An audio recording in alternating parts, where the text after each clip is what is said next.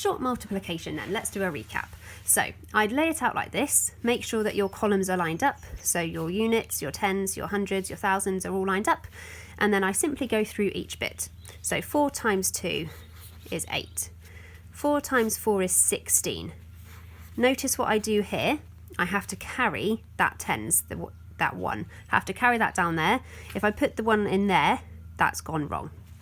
4 times 6 is 24, but I need to add on that 1, giving me 25. Excuse me, please, Nala. And then 4 times 1, excuse the cat, 4 times 1 is 4, and I add on the 2 there, giving me my final answer of 6,568. Let's do another example, but this time let's do one where we've got a 2-digit number. So I do the same thing. 5 times 4 is 20, I carry it.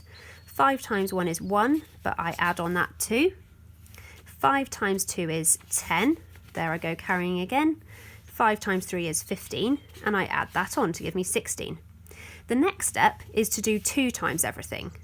But I must remember that because this is the tens column, there's my units, my tens, hundreds and thousands, that 10, that 2 there is actually 20. So to make sure I remember that, I just put a 0 in straight away, which means that whenever I put anything in the answer, it's automatically a tens number.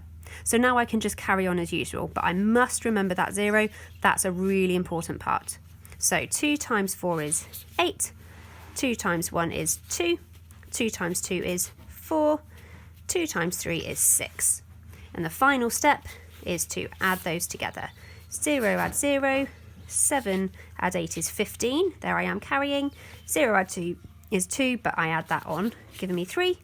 6 add 4 is 10, there I go carrying again. And finally 1 add 6 is 7, but I have to add on that extra 1, giving me my final answer of 80,350.